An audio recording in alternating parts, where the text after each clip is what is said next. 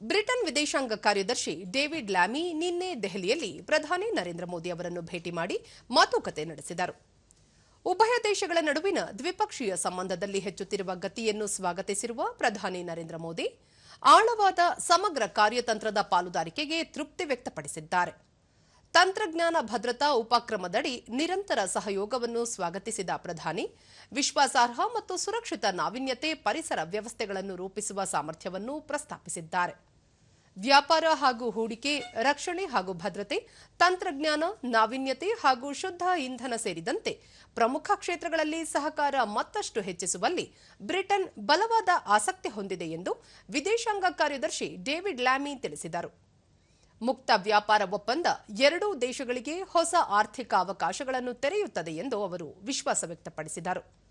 ಪ್ರಾದೇಶಿಕ ಹಾಗೂ ಜಾಗತಿಕ ವಿಷಯಗಳ ಕುರಿತು ಇಬ್ಬರೂ ನಾಯಕರು ಅಭಿಪ್ರಾಯ ವಿನಿಮಯ ಮಾಡಿಕೊಂಡರು. ಬ್ರಿಟನ್ ವಿದೇಶಾಂಗ ಕಾರ್ಯದರ್ಶಿ ಪಹಲ್ಗಾಮ್ ಭಯೋತ್ಪಾದಕ ದಾಳಿಯನ್ನು ಬಲವಾಗಿ ಖಂಡಿಸಿದರು. ಗಡಿಯಾಚೆಗಿನ ಭಯೋತ್ಪಾದನೆ ವಿರುದ್ಧ ಭಾರತಕ್ಕೆ ಹೋರಾಟಕ್ಕೆ ಬೆಂಬಲ ವ್ಯಕ್ತಪಡಿಸಿದರು. ಭಯೋತ್ಪಾದನೆ ಮತ್ತು ಅದನ್ನು ಬೆಂಬಲಿಸುವವರ ವಿರುದ್ಧ ನಿರ್ಣಾಯಕ ಅಂತಾರಾಷ್ಟ್ರೀಯ ಕ್ರಮದ ಅಗತ್ಯವನ್ನು ಪ್ರಧಾನಿ ನರೇಂದ್ರ ಮೋದಿ ಒತ್ತಿ ಹೇಳಿದರು.